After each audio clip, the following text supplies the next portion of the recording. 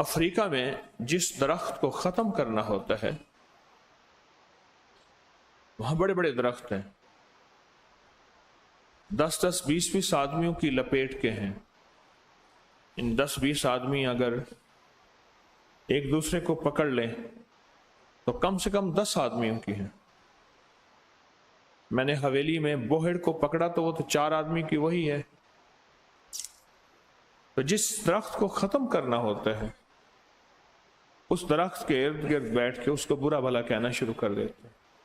عجیب بات، خوش کرنا ہے اس درخت کو اور لکڑی بنانی ہے، اور وہ درخت خشک ہو کر خود بخود گر پڑے تو اس کے ارد گرد بیٹھ کے اس کو روز آتے ہیں اور برا بھلا کہہ کے چلے جاتے ہیں، پھر روز آتے ہیں برا بھلا کہہ کے چلے جاتے ہیں،